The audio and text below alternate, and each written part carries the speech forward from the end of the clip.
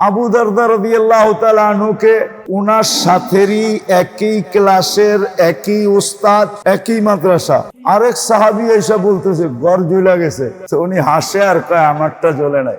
আরেকজনে এসে বলতেছে ঘর জ্বলে গেছে, পুরা বস্তি জ্বলে গেছে, তোমারটাও জ্বলে গেছে। তো দ্বিতীয় জনও কইতেছে আমারটা জ্বলে নাই। তৃতীয় জন এসে বলতেছে বেটা জ্বলে গেছে, গেলি এইখান থেকে আমারটা জ্বলে নাই। তো তিনজন ধরছে ওই এক ওস্তাদেই তো আমরা, এক মাদ্রাসায় তো একই ক্লাসে পড়ি, সব তো একই সাথে, এত দৃঢ়তার সাথে কোত্থেকে বলতেছো যে জ্বলে নাই? বেটা সকালে দোয়া পড়া বাড়িছি, আল্লাহ রসুল বলছে এই দোয়া যে পড়া বাহির হবে সন্ধ্যা পর্যন্ত হঠাৎ বিপদ ওর ওইখানে আসতে পারে না না না না না। আগুনে জ্বলা যাওয়া তো এটা হঠাৎ বিপদ। তো যখন সব ধোঁয়া শুয়া সব শেষ হয়ে গেছে, তো সবাই দেখতেছে বস্তির মধ্যখানে আবু দারদার বাড়ি মুস্কি মুস্কি হাসতেছে,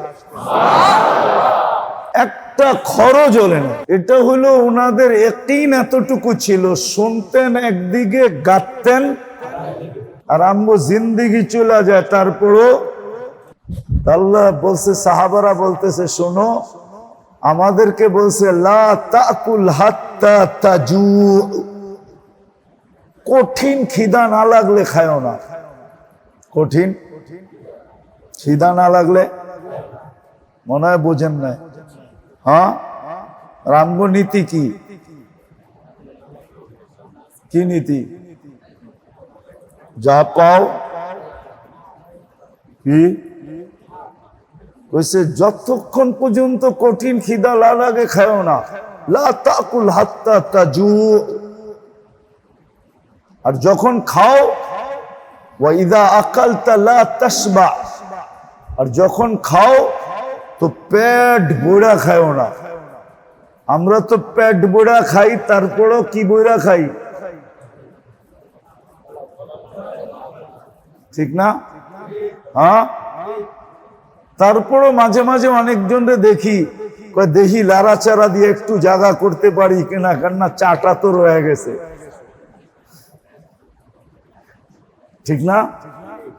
কি হাসানের জন্য বলি না, কয়েকটু লাড়াচাড়া দিয়ে দেখি একটু জায়গা হয় কি না, চাটা তো রয়ে গেছে।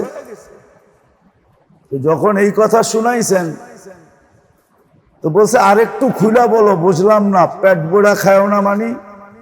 আমাদের নবীজি বলছেন খাওয়ার আগে পেটকে 3 ভাগে বিভক্ত করো, 1 ভাগ পানি দিয়ে ভরা ফেলো, পানিটা আগে খাও, খায়া আগে 1 ভাগ ভরা নাও, আর 1 ভাগ খাদ্য দিয়া বড়, আর 1 ভাগ খালি রাখো।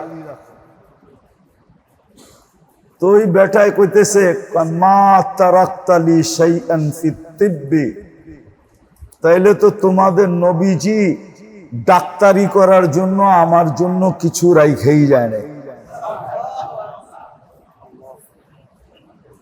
ও মেরে দোস্ত, আমি লম্বা করবো না, আমি একটু বরগুনা যাব তো এই রাত্রেই, আর ধারাবাহিক ভাবে যখন চলতে থাকবে দোয়া করেন যাতে সুস্থ থাকি, আসতে পারি, আল্লাহ কিছু কথা বলার তৌফিক দেয়। যে আশা নিয়ে আসতেছি আশা পুরা হয়, একটা মাহল যেন পরিবেশ যেন এখানে তৈরি হয়। আসল উদ্দেশ্য হলো একটা পরিবেশ তৈরি করা, একটা পরিবেশ তৈরি করা।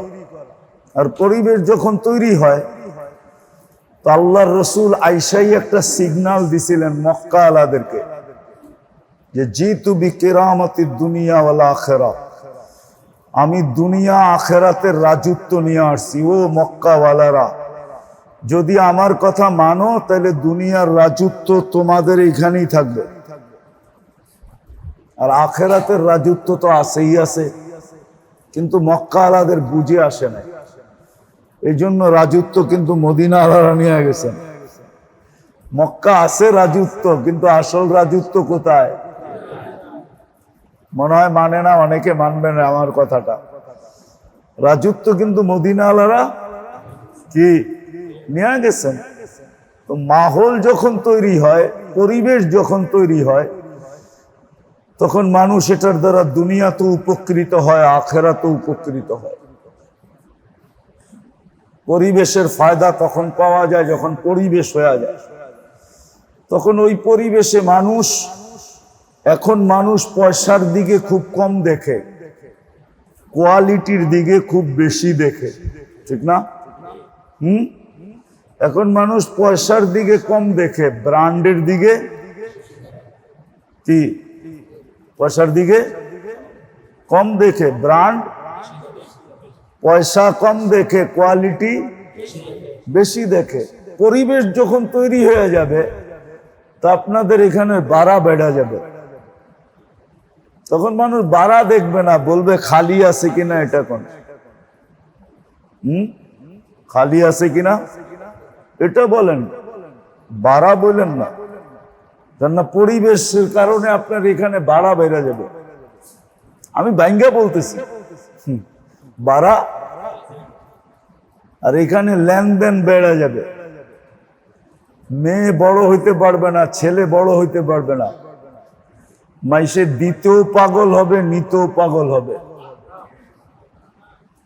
দিতেও পাগল হবে, নিতেও, পরিবেশের কারণে। এই জন্য আমাদের ইচ্ছা এখানে একটা পরিবেশ তৈরি হোক। দোয়া করেন আল্লাহ যেন কবুল করে। তো যেরকম শরীরের রোগের মূল নীতি আল্লাহর রসুল বলছেন, মূল নীতিও বলছেন, আবার রোগ উৎপত্তি স্থানও বলছেন, যে রোগটা উৎপত্তি হয় কোত্থেকা, কোত্থেকা, পেটের থেকে। কি কারণে হয় এটা বলে দিছেন, মূলনীতি বলে দিছেন। তো ওই ডাক্তার বলতেছিল, মা তারাক্তালি ফি তিব্বি শাইআ, নবীজি তো ডাক্তারি করার জন্য আমার জন্য কিছু রাইখাই যায় না, যে আমি ডাক্তারি করব। সত্য এটাই। এই জন্য বড় একজন মুহাদ্দিস ছিলেন ইমাম যাহাবী রহমতুল্লাহ আলাইহি, উনি একটা কিতাব লেখছেন। ওনার একটা কিতাব আছে ডাক্তারির উপরে, সচরাচর এটা পাওয়া যায় না, ওলামারা খুঁজলেও পাবে কিনা জানি না, কিন্তু জালালউদ্দিন সুয়ুতি রহমতুল্লাহ একটা পাওয়া যায়, আরো যারা যারা লেখছেন ওটা পাওয়া যায়, কিন্তু ইমাম যাহাবী রহমতুল্লাহ এটা পাওয়া খুব দুষ্কর, ওটা খুব কম পাওয়া যায়। আমার মনে আছে খাদ্যের যে চার্ট ওটার ভিতরে দেওয়া আছে, এটার উপরে বড় বড় ডাক্তাররা রিসার্চ করছেন, যে চার্ট মাইনা যে খাবে ওর মৌত ছাড়া কোনো রোগ হবে না। একটা চার্ট দেওয়া আছে ওইখানে, আল্লাহ রসুল কিসের সাথে কি মিলায় খাইতেন না। আল্লাহ রসুল শুধু রুহানি ডাক্তার হয়ে আসেন না, শারীরিক ডাক্তার হয়েও আসছেন। আপনি জানেন না যে আল্লাহ রসুল কি জিনিস। একটা ছোট উদাহরণ দিলে বুঝতে পারবেন আপনি। আল্লাহ রসুল উম্মতকে না করছে অর্ধেক ছায়ায় অর্ধেক রোদে দাঁড়ায় না, নিষেধ। অর্ধেক ছায়া দাঁড়ানো নিষেধ, নিষেধ করছে, দাঁড়ায় না। আপনি বলবেন দাঁড়াইলে কি হবে, আল্লাহ রসুল কারণও বলে দিছে। হইতে পারে জীবনের কোন পর্বে তুমি প্যারালাইসিস হবে, আর কোনোদিন ভালো হবে না। জীবনের কোন পর্বে তুমি প্যারালাইসিস হয়ে যাবে, আর কোনোদিন তুমি ভালো হবে না, ভালো হওয়ার কোনো চান্সেস নাই। এটা এই জন্য নাই, কোনোদিন তুমি আর ভালো হবে না। এই জন্য দাঁড়াইলে পুরা ছায়া দাঁড়াও, নাইলে দাঁড়াইলে পুরা রোদ্রে দাঁড়াও, অর্ধা অর্ধি না। সূক্ষ্ম সূক্ষ্ম স্বাস্থ্যকর জিনিসের ব্যাপারে আল্লাহ রসুল সূক্ষ্ম সূক্ষ্ম জিনিস বলে গেছে। আমাদের ভিতরে এগুলার চর্চা তো নাই, আলোচনা নাই, এগুলা বলা হয় না, শোনা হয় না, আর কেউ শুনতেও চায় না। এটার জন্য লম্বা সময় চাই, তাহলে এক একটা করে খুলা খুলা খুলা খুলা খুলা বলা যায়। যে আল্লাহ রসুল পুঙ্খানু ভাবে আমাদেরকে বলে দিয়ে গেছে। হ্যাঁ, পুঙ্খানু বলে দিয়ে গেছে। যাকে লম্বা করতেছি না, শর্টে যেটা বুঝাইতেছিলাম, তো শারীরিক অসুস্থতার কেন্দ্র বইলা দিছেন, উৎপত্তি স্থল বইলা দিছেন, আবার মূল নীতিও বইলা দিছেন। এরকম কলবের রোগ, আত্মার রোগের উৎপত্তি স্থল বইলা দিছেন। সেটা হলো দিলের থেকে শুরু হয়। সে থেকে কি? দিলের থেকে।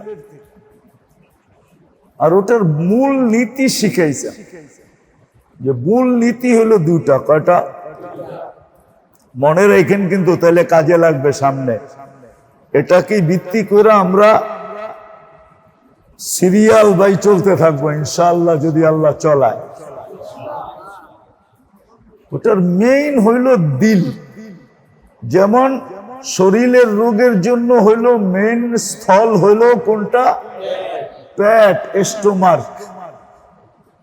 আত্মার রোগের মেইন স্থল হইল দিল। কি? দিল। দিল। যেরকম শরীরের রোগ সব খাওয়ার থেকে হয়। কি?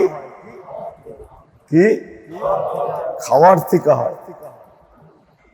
খাওয়ার থেকে হয় সব রোগ। এই জন্য খাদ্যের মূলনীতি বলে দিছে, পানাহারের মূলনীতি বলে দিছেন। পানাহারের মূলনীতি বলে দিছেন, খাওয়ার মূলনীতি বলে দিছেন। শরীরের রোগ হয় পেটের থেকে, আর মূল স্থান হইল পেট। সব হয় খাওয়ার কারণে। কি? আপনারা একদিন দেখেন, এই যা খান না 10-12 পথ বৈশা একবারে, গোস্তও খাইলেন, মাছও খাইলেন, সবজিও খাইলেন, সব একটার ভিতরেই তো ঢুকাই, ঠিক না? কি না, ভিতরে আলাদা আলাদা পার্ট আছে, একটার ভিতরে, ঠিক না? সবগুলা চিনির চামচে 4 চামচে উঠায়া এক এক চামচ লইয়া একটা পাত্রের ভিতরে ঢাইলা এটারে গুলবেন, মিশ্রণ করবেন। তারপরে শেষমেশ যে চা খাইলেন, বাকি বুরহানি না খায় কি, আরো তো কত কিছু, লাচ্ছি সাচ্ছি, ঠিক না? ওডি যে খান, ওডি একটু ডাইলা দিয়ে আধা ঘন্টা রাইখা দিয়ে দেখেন এটার ভিতরে ব্যাকটেরিয়া কিরম তৈরি হয়। ওই উকিলের শব্দে কইলাম আর কি, ব্যাকটেরিয়া তৈরি হইতেছে। উকিল শব্দ হয়েছে তো, দেখেন ব্যাকটেরিয়া কেমনে তৈরি হয়, যেটাকে বিজ্ঞানের ভাষায় ব্যাকটেরিয়া বলে। দেখেন ওটার কালার কিরকম হয়, পেটের ভিতরে যেহেতু এরকমই হয়, ঠিক না? এই জন্য আল্লাহ রসুল বড় সতর্ক করছেন। হ্যাঁ, রসুলের তালিম থেকে আজকে দূরে হওয়ার কারণে আমাদের এই দুরবস্থা। নাইলে গরম কোনোদিন আমাদের বিরুদ্ধে যাওয়ার কথা ছিল না, মৌসুম কোনোদিন আমাদের বিরুদ্ধে যাওয়ার, প্রাকৃতি কোনোদিন আমাদের বিরুদ্ধে যাওয়ার কথা ছিল না। আজকে প্রাকৃতি আমাদের বিরুদ্ধে। মনে হয় না রোদ ঝরায় না, যে আগুন ঝরাইতেছে, ঠিক না? কি বলেন? হ্যাঁ, এত কান্না, এত কাটি, এত দোয়া, এত শোয়া, সবকিছু হইতেছে, কিন্তু কোন হয় মেঘ আসে আর উড়া চলে যায়, ঠিক না? হ্যাঁ, মেঘ মনে হয় আমাদেরকে টাটা দিয়া দিয়ে যাইতেছে। প্রতিদিনই তো মেঘ দেখা যায় আকাশে, না? মেঘ দেখলেই কি ভাবেন? কিন্তু মেঘ টাটা দিয়া চলে যায়। না না না না, তুমি দেখলে কি হবে? আমি বর্ষিত হব না, আমি গেলাম। এরকম আমাদের থেকে চলে যেতেছে। কারণ এটাই তো, যেটা বুঝাইতেছিলাম, ঠিক আত্মার রোগের সেন্টার হলো আমার কলব। কি? আর আত্মার রোগের উৎপত্তি হয় দুই কারণে, মাত্র কারণ দুইটাই। এটাই হলো মেইন মূল মন্ত্র, মূল উসুল, মূল নীতি। এই দুই কারণে আত্মার রোগ হয়। যেরকম খাওয়ার থেকে সমস্ত রোগ সৃষ্টি হয় আর উৎপত্তি স্থল পেট, এরকম আত্মার রোগের, আধ্যাত্মিক রোগের সমস্ত উৎপত্তি স্থল হলো কল্প। আর ওটা দুই কারণে হয়। এটাই শেষ কথা বলতেছি আমি, ভালো মতে মনে রাখেন। দুই কারণে, দুই কারণে হয়। একটা হলো হুব্বুদ দুনিয়া আর একটা হলো তাউলুল আমাল। দুনিয়ার ভালোবাসা আর লম্বা লম্বা আশা, লম্বা লম্বা লম্বা লম্বা আশা আর দুনিয়ার ভালোবাসা। এই জন্য সাহাবাদের ভিতর থেকে মাঝে মাঝে আল্লাহ রসুলকে জিজ্ঞাসা করছেন, ইয়া রসুল আল্লাহ, আমরা এত আগে বাড়লাম কি করে? এত আগে বাড়লাম কি করে? ওনারা আগে বাড়ছে না, ওনারা সাহাবী, ঠিক না? জান্নাতের ওয়াদা ওনাদের জন্য হয়ে গেছে। কুল্লুন ওয়াদাল্লাহুল হুসনা, প্রত্যেকের সাথে আল্লাহর জান্নাতের ওয়াদা। সাহাবী প্রত্যেকের সাথে আল্লাহর জান্নাতের কি, প্রত্যেকের ব্যাপারে আল্লাহ রাদিয়াল্লাহু তাআলা আনহুম বলছেন। প্রত্যেককে আল্লাহ কোরআনের মাধ্যমে 1500 মেডেল দিচ্ছেন। কোরআনে 1500 জায়গায় সাহাবাদের আলোচনা আছে,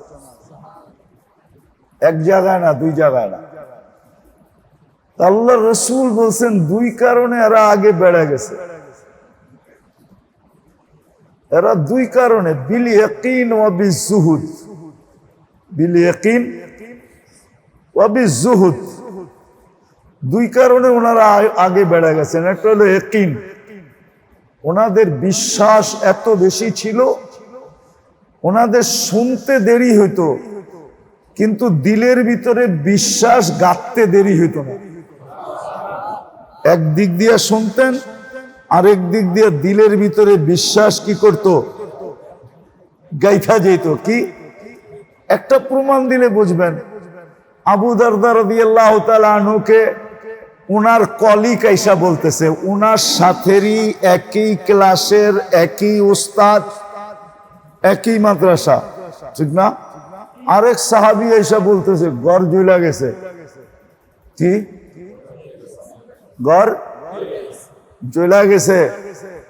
তো উনি হাসে আর কয় আমারটা জ্বলে নাই।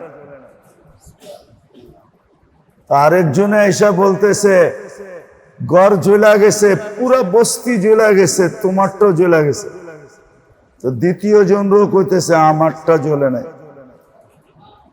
তৃতীয় জন আইসা বলতেছে বেটা জ্বলা গেছে, গেলি এইখান থেকে, আমারটা জ্বলে নাই। কি?